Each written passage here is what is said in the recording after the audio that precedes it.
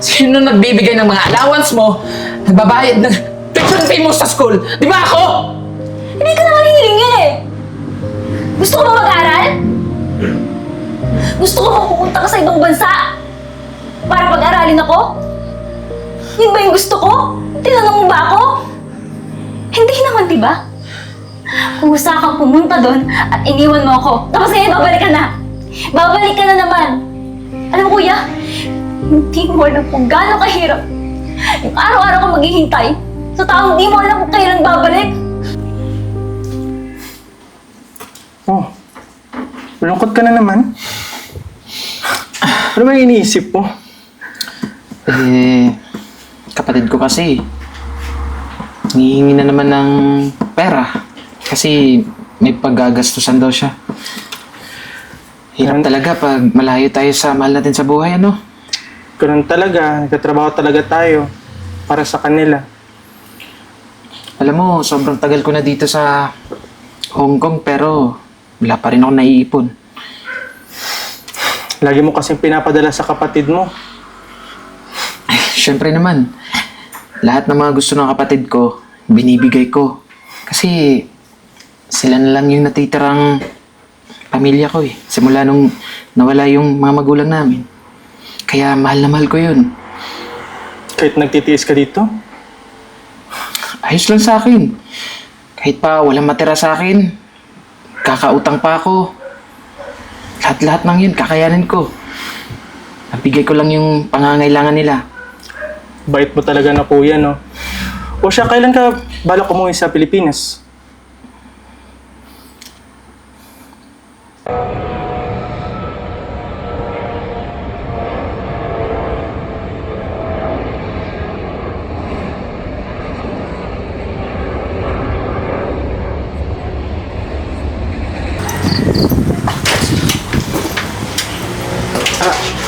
Uy, Jay! Ikaw na ba yan? Oo. Upo ka muna. Kumusta naman? Mukhang pumayat ka. Okay ka lang ba? May sakit ka yata. Okay lang. Umupo ka muna. Ay, Pasensya na kayo ha. Hindi ko sinabi na uuwi ako ngayon. kaya nga. Bala ko kasi na sorpresahin yung kapatid ko. Asa na pala si Pao? Kanina pa wala eh. Umalis. Ganun ba? May sinabi ba sa'yo kung saan pupunta? Ayun lang, sabi niya, pupunta siya sa mga kaibigan niya, pero hindi ko natanong kung saan. Alam mo, miss na miss ko na yung kapatid kong yun. Alam ko magiging masaya siya kasi nandito na ako. Oh. Kuya? Dito ka pala? Kuya! Magaling kong kuya! Diba, nasa na yung pera ko? Diba sabi ko, send mo sa akin? Kailangan ko kasi...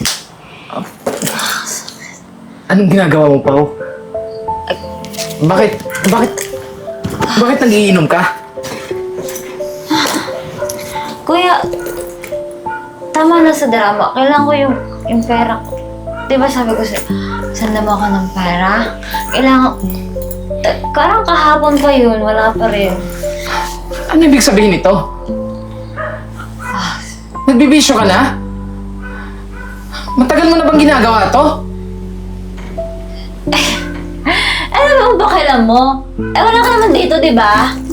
Iniwan mo nga ako eh. Huwag ka magmagaling, kuya. Tsaka, alam mo, yung pera ko, sendan mo na lang ako ng pera para tapos tayo. Wala tayong problema.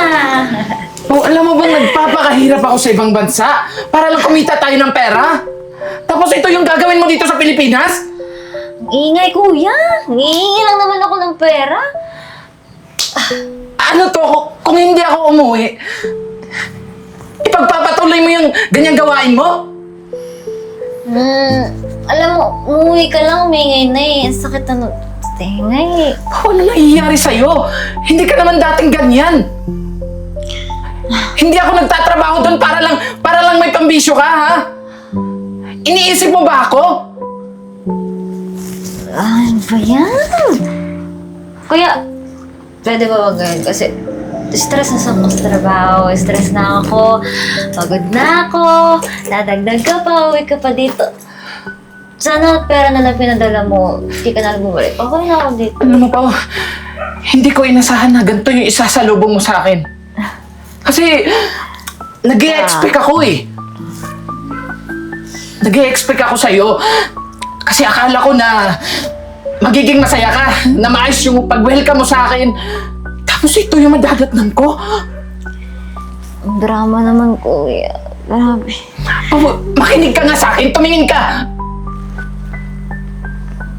Tingin, baka mo. Tingin mo makakausap mo. Nakikita mo ba yung sarili mo? Ha? Oh, Tingnan mo yung sarili mo, oh. Ibang-iba ka na. Alam mo, wala talagang masamang... Yung mga barkada mong yan, eh. Tingnan mo yung sarili mo, lulong ka. alam mo kaya, huwag mong sisihin yung barkada ko. Kasi sila yung nandito nung wala ka. Kaya wala kang karapatang magsalita. Pao, alam mo kung bakit wala ako dito. Sa ibang bansa ako, alam mo nagtatrabaho ako, kumakayod ako para may kitain tayo! Kaya, patatagalin mo pa ba to? Sakit na ng ulo ko. Pwede mo mapahinga muna ako?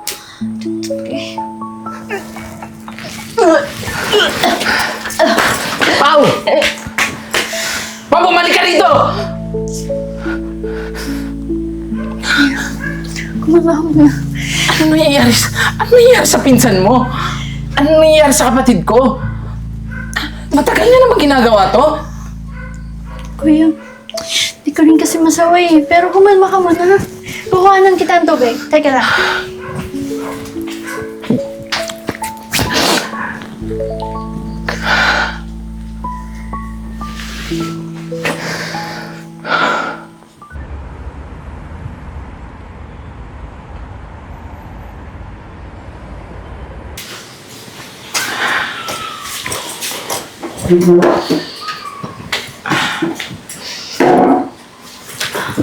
Salamat naman at pumayag ka makipag-usap ng masinsinan sa akin.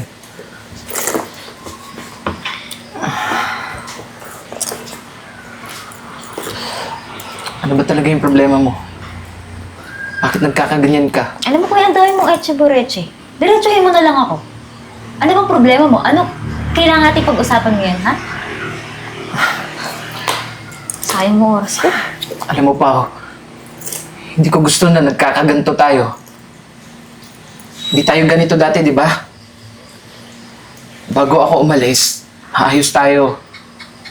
Ngayon ang gusto ko, mag-usap tayo bilang magkapatid. Magkapatid. Alam mo, kuya, simula na pumunta ka dun sa ibang bansa, matagal ka nang kinalimutan na may kapatid ako. Kasi wala ka naman dito eh. Hindi naman kita nararamdaman. Nasaan ka ba? Nasaan ka nung graduation ko?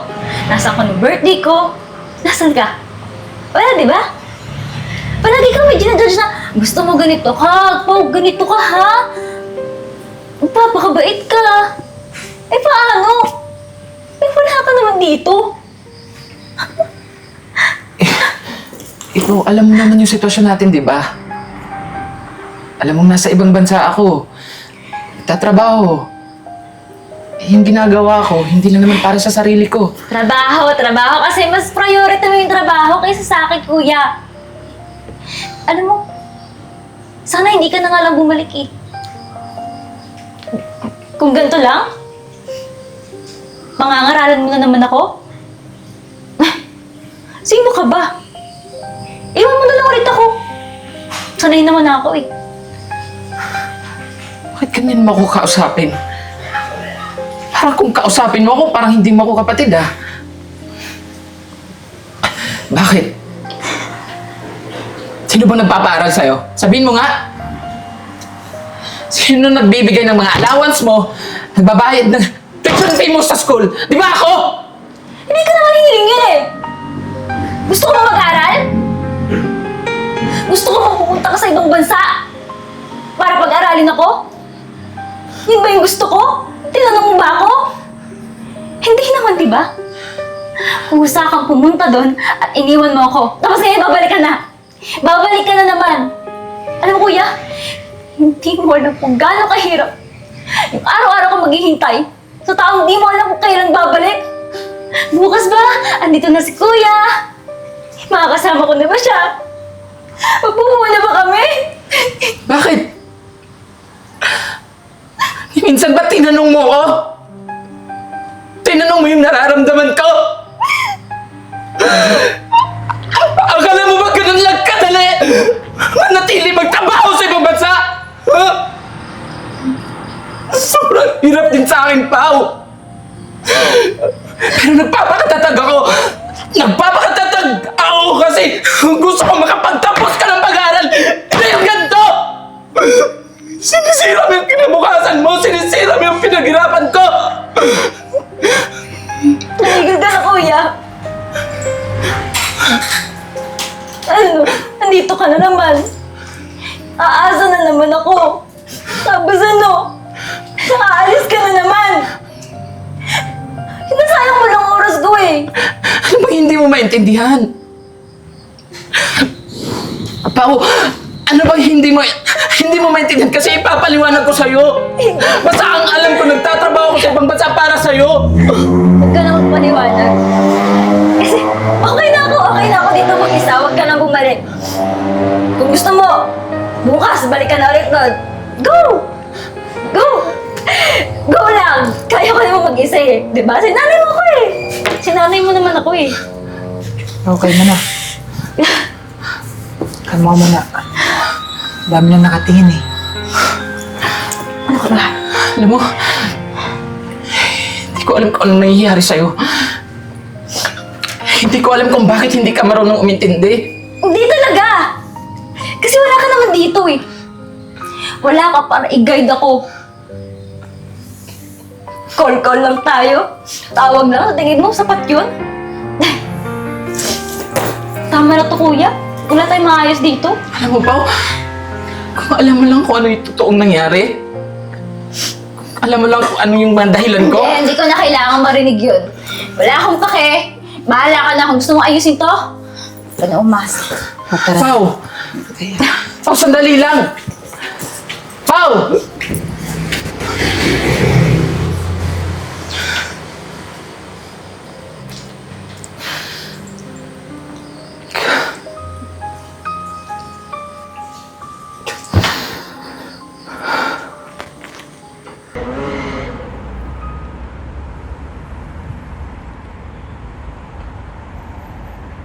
Tira talaga yung si Kuya eh. Kala mo talaga, makagaling na Kuya. Teka, ano ba kasi nangyari at pagpasok ko eh, nagsisigawan na kayong dalawa din. Eh, palagi na lang akong mali eh. Gusto niya ganito. Eh, akala niya yata maayos ka agad yun. Bakit umuwi siya? Akala niya lang yun. Ano, uwi na naman siya. Aasa na naman ako sa kanya. Pinsan, meron ka bang alam na pwede ko apply ng trabaho? Kailangan ko kasi na makahanap agad ng trabaho eh. Hindi naman pwede na dito lang ako sa bahay. Kuya, trabaho na naman. Kakauwi mo lang galing ibang bansa. Di ba pwedeng magpahinga ka muna? Alam mo, hindi ko kailangan magpahinga. Lalo na't may pangangailangan din tayo dito sa bahay. Isa pa, nag-aaral si Pao. Alam mo naman na wala akong naipon. Alam ko naman, kuya. Nakikita ko yung mga payslip mo. Lahat napupunta para kay Pao. Para dito. Eh Pao, alam mo naman yung hirap sa ibang bansa, di ba? Lalo na, sapat lang yung kinikita niya doon. Kaya naman paki ko kung... Ay, pinili niya yun eh. Pumunta siya sa ibang bansa. Pwede naman dito Pao, magtrabaho. nagsasakripisyo pa rin yung kuya mo. Hindi naman natin alam kung gaano kahirap yung pinagdadaanan niya doon, di ba? Kanina ko ba kape? Kala ko ba kaibigan kita? Kaibigan kita, pero wala naman akong kinakampihan dito. Ang punto ko lang, Pao, subukan nating intindihin kung ano bang sitwasyon ng kuya mo. Kasi nakita ko kanina doon sa restaurant, parang magpapatayan na kayo, magkapatid pa naman kayo. Mas grabe yung galit niya sa isa't isa. Paano? Makulit din siya. Pinipilit niya na magkaayos kami. Eh, paano ka magkakaayos? Diyos ko. Huwag na siya bumalik kung ganyan. Gugulo lang. Alam mo naman na kahit nagalit siya sa akin ngayon, hindi pa rin pwede na pabayaan ko siya. Kasi naintindihan ko naman yung nararamdaman niya eh. Naintindihan ko yung galit niya. Sama ng loob. Pero ang sakit pala, no? Sakit pala. Halos kamuhiyan ka ng sarili mo, kapatid. Matatanggap ko kung yung ibang tao yung nagalit sa akin. Tatanggap ko yung pang-insulto ng ibang tao, pero yung kapatid ko, di ka mo tatanggap. At hindi kasi patawarin mo na lang yung kuya mo. Ano patawarin? Wala na. Tagal na yun. Alam na buwang bawi yung kuya mo sa'yo eh. Tignan mo, umuwi. Surpresahin ka. Ba, hindi ganun kadali umuwi ng Pilipinas ha. Umuwi. Umuwi para umalis ulit. Di ba? Tao, binibigyan ka lang niya ng time. Nag-e-effort yung tao. Siyempre, iba pa rin yung meron kayong physical contact, di ba? Alam ko na yan eh. Alam ko na yan, Abra. Paulit-ulit naman yung sitwasyon namin eh. Babalik siya dito, aalis, balik niya dito, papamahal ako, mamimiss ko siya, aalis na naman. O tapos ako, mag-isa ulit. Mag-isa akong magpapasko, mangulila. Tao, di mo napapansin, yung kada Paskong yun, nakakapag-celebrate tayo. Nakakapag-celebrate ka. Eh siya, mag-isa. Ano ang paki ko sa Paskong yan? Pang malungkot siya doon. Pero, tingnan mo, ginagawa Ako niya lahat din, para ako maging din. masaya ka. Ako din, mag-isa din ako. Eh di sana kung nandito siya, di ba? Kung nandito siya, eh di sana, okay, masaya kami. Eh di, mas gusto niya dun eh. Alam mo, Okay, nakakapamasyal siya dun, di. binibigyan ka lang niya ng magandang buhay. Lahat naman ginagawa niya para sa'yo eh. Di ba? Oo, sabihin na natin, sige, malungkot. Pero at least para sa'yo pa rin yung ginagawa niya. Eh kuya kasi, naunawaan ko rin si Pao. Hindi naman niya alam yung totoo eh. What if sabihin mo na lang? Para malaman niya na at hindi na kayo nagkakaganito. Hindi. Hindi niya dapat malaman. Mas mabuti na rin na wala siyang alam. Kasi tapos na rin naman eh. Siguro magpo-focus na lang ako sa paghanap ng trabaho para sa ganun makabawi ako sa kanya. Pao, ganito kasi yan eh. Huwag ka mabibigla, pero malaki kasi yung utang ng kuya mo sa papa ko. Kaya ginagawa niya lahat para mabayaran yun. Kaya nagtatrabaho siya ng sobrang igi dun sa Hong Kong para lang mabayaran niya yung Teka, kailangan niyang bayaran. anong utang? Hindi ko lang ito nalaman ah. Eh kuya, sa pag-iisip mo kay Pao, ikaw yung nauubos. Ikaw lang yung nasasaktan. Alam ko maiintindihan ni Pao pag sinabi mo eh. Alam mo, ayos lang sa akin na masaktan. Ang ayaw ko sa lahat, yung makitang nasasaktan yung kapatid ko. Lalo na't hindi naman kami ganito dati. Sobrang laki na pinagbago ni Pao. Sorry kuya, hindi ko rin nagabayan si Pao. Pero alam mo kuya, may karapatan din talaga siya malaman yung katotohanan. Kaysa malaman niya pa mula sa iba, di ba? Sabihin na natin. Sabihin mo na.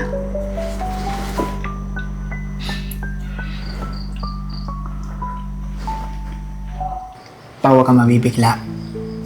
Pero ganito kasi yun.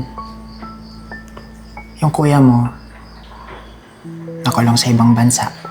Ano? Nakulong? Tapos ngayon, nangutang siya sa papa ko para may padala sa'yo. Ayaw niyang malaman mo, kaya sinikreto na lang talaga namin to eh. Teka, bakit kayo mo lang sinasabi to sa akin? Alam mo, di ba, nagalit na galit ako kay kuya, di ba?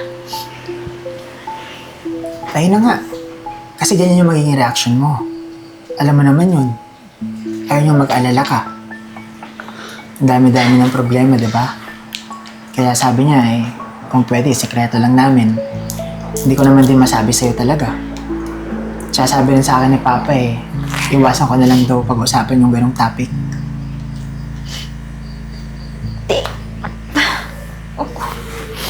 Kuya, ano ba nangyari sa'yo? Galit na galit ako sa kanya, Abra. Palagi ko siya inaaway. Kaya pala, siya pala itong mas nahihirapan kaysa sa akin. Kaya siya hindi nakakauwi. Kasi nakulong siya. Diyos ko naman.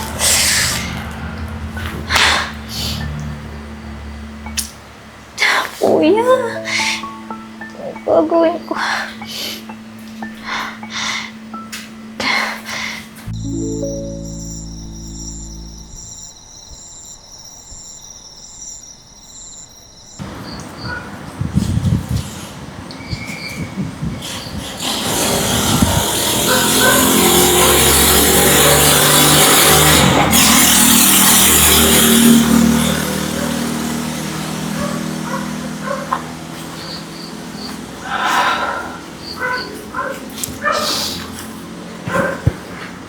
Kanina pa kita hinahanap. Dito ka lang pala. Galit ka pa rin ba sa akin? Ba't di mo sinabi sa akin? Bakit kailangan mo pang magtago sa akin? Tapos sa ibang tao ko pa malalaman? Na ikaw yung nahihirapan doon? Ano ibig mong sabihin? Huwag ka na magtago, kuya. Kung wala Alam kong ko na yung totoo. Huwag ka na magsinungaling. Huwag mo na itago. Alam ko na.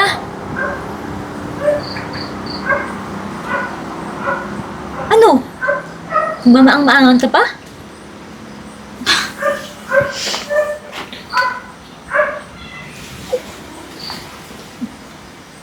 Ano, Gusto mong kuya? malaman? Oo! Sabihin mo sa akin! Gusto mong malaman kung bakit? Gusto kong bumula sa'yo. Sabihin mo sa akin yung totoo. Kasi ayoko masaktan ka pa. Oo. Aaminin ko sa'yo. Nakulong ako sa ibang bansa. Napagbintangan ako. Napagbintangan ako sa kasalanan na hindi ko naman ginawa.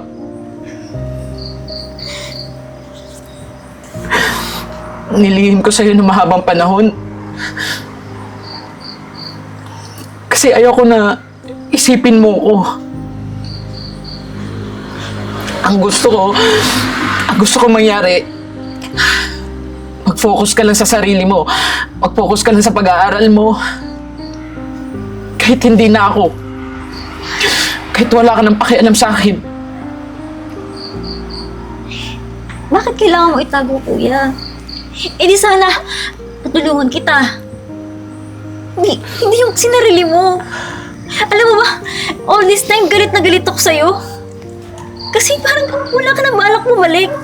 Akala ko, naghahayahay ka lang doon. Akala ko, hindi ka na babalik.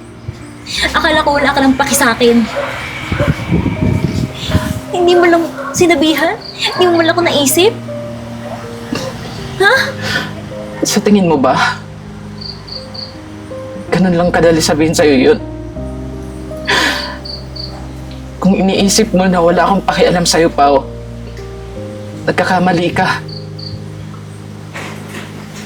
Kasi walang oras, minuto, segundo na hindi kita iniisip.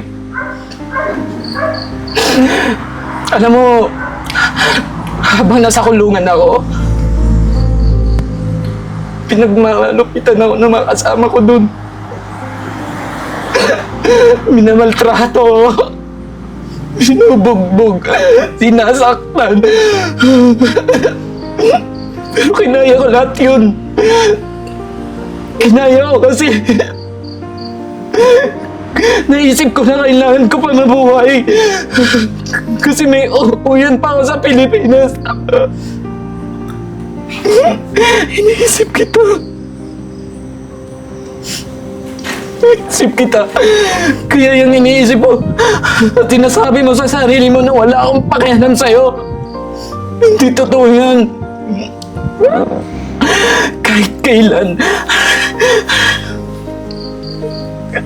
kailan po, hindi ako nawala ng pakialam sa'yo. Alam mo, kahit nung nasa loob pa ako, kahit wala akong magawa, kahit hindi ko alam kung paano ako kukuha ng pera para may padala sa'yo. Pero ginawan ko ng paraan. Nangutang ako. Kasi gusto ko na kahit nakaulong ako, ramdaman mo na may kuya ka pa rin na nasa labas. Kahit Sana nasa labas sinabi mo, nakulungan. kuya. Sana sinabi mo. Kasi, alam mo, minsan, isip ko na, sana mawala na lang ako. Kasi feeling ko, mas magiging okay tayo ng ganun eh. Alam, wala ka nang iisipin, wala ka nang away. Kasi sino ba naman ako, di ba? Ako naman laging mali, di ba? Ako yung walang kwenta. Ako yung walang nararating sa buhay. Kahit kailan hindi ko sinabi yan sa'yo. Kahit kailan hindi ko sinabi sa'yo wala kang kwenta. Pero yun yung nararamdaman ko. Kasi yun yung iniisip mo, Pao. Sana man lang makita mo yung masakripisyo ko. Na lahat ng ginagawa ko para sa'yo. Alam mo kung meron makasanili dito, ikaw yun. Kasi bulag ka. Bulag ka sa katotohanan na may pakialam ako sa'yo. Alam mo, sa ginawa mong yan, sinasaktan mo ako eh. Alam mo, hindi masakit ang makulong, hindi masakit yung mapagbintangan. Yung pinakamasakit sa buong buhay ko, yung makita kang nagkakaganyan, nagagalit sa akin. Sorry, kuya. Sorry kung di mo lang kita tinanong kung kamusta ka na doon. Alam ko, hindi mo kasarili sa atin. Hindi ko lang kasi matanggap na iniiwan mo ako dito eh. Sorry, kuya. Alam mo, Pao, sana tanggalin mo sa isip mo na wala akong pakialam sa'yo. Kasi lahat ng ginagawa ko, kapakanan mo lang yung iniisip ko. Mawala na sa akin lahat. Huwag lang ikaw. Kasi pamilya tayo. At ang pamilya, nagkakaisa. Di nagkakawatak-watak.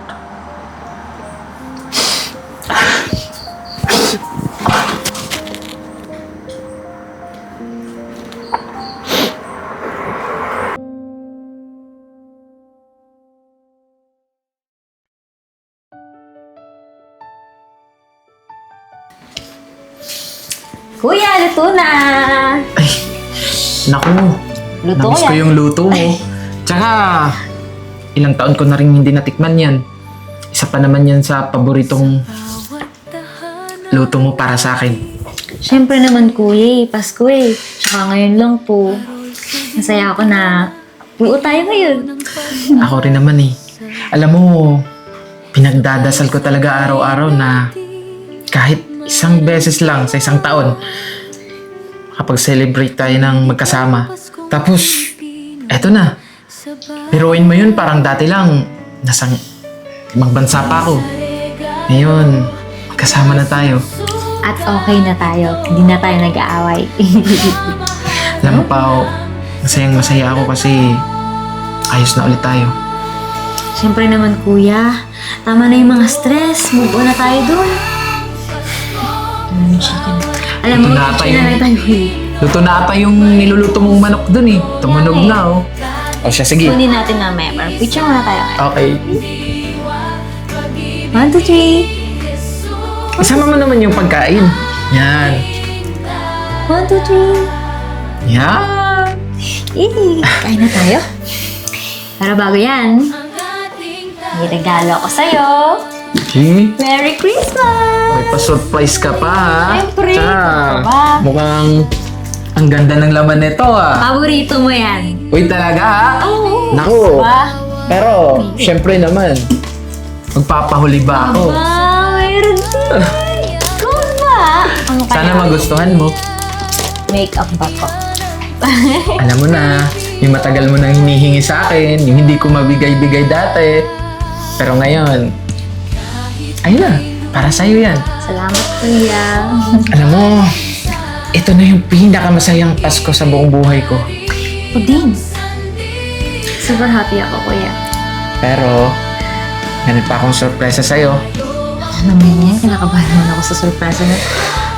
Hindi na ako aalis. Dito na ako magtatrabaho sa Pilipinas. Para malapit lang tayo.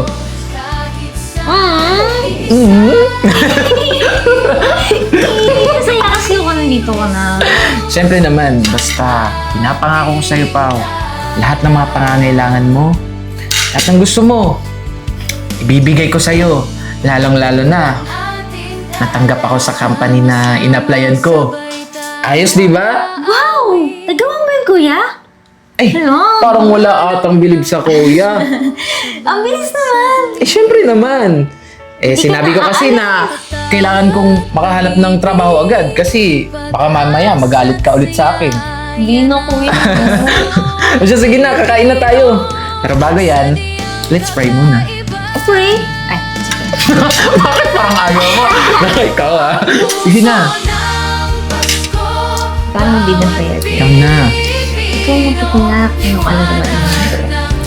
Sige. Kahit kailan iisa ang diwa, pag-ibig ni Jesus ang ating tala.